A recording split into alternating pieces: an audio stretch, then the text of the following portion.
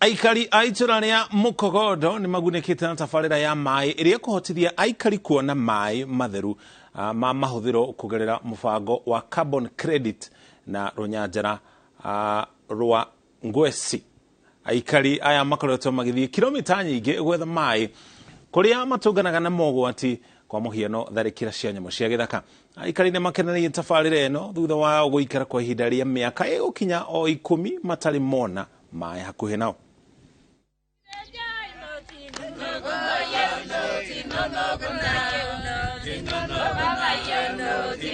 Tulikuwa tunaenda kuchota maji forest na iko na wanyama, tunakutana na kila wanyama, hakuna iko ndovu, simba nini, yenyewe tunapita hatari.